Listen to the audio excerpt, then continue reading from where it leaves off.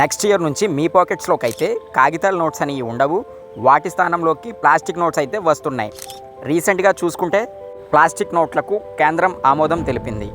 Polymer plastic నోట్ల తయారీకి కేంద్రం గ్రీన్ సిగ్నల్ ఇవ్వడం అయితే జరిగింది. అయితే ముందుగా మార్కెట్లోకి 10 రూపాయల నోట్లను అదేవిధంగా 20 రూపాయల నోట్లను ముందుగా అయితే ప్రింట్ చేయడం అయితే జరుగుతుంది. 10 రూపీస్ అండ్ 20 రూపీస్ నోట్స్ అయితే ఫీల్డ్లో ముందుగా ట్రయల్ చేయడం అయితే జరుగుతుంది. 10 రూపీస్ అండ్ 20 రూపీస్ నోట్స్ని అయితే ఫీల్డ్లో ట్రయల్ చేసేందుకు కేంద్రం అయితే ఆమోదం తెలిపింది. RBI reserve bank of India చేసిన ప్రతిపాదన మేరకు కేంద్ర ప్రభుత్వం ఈ నిర్ణయాన్ని తీసుకొచ్చింది. అయితే ఇందులో భాగంగా ముందు 100 కోట్ల చొప్పున 10 రూపాయల నోట్లను అదేవిధంగా 20 రూపాయల నోట్లను అయితే ప్రింట్ చేయడం అయితే జరుగుతుంది. త్వరలో అంటే 2027 ఏప్రిల్ నెలలోనైతే ప్లాస్టిక్ నోట్లను ఫీల్డ్లోకి తీసుకొచ్చేందుకు ఆర్బీఐ సన్నాహాలు చేస్తుంది. రిజర్వ్ బ్యాంక్ ఆఫ్ ఇండియా ఈ నిర్ణయం తీసుకుంది. అయితే ఇందులో భాగంగా ముందుగా 100 కోట్ల చొప్పున నోట్లను ఆర్బీఐ విడుదల చేయనుంది.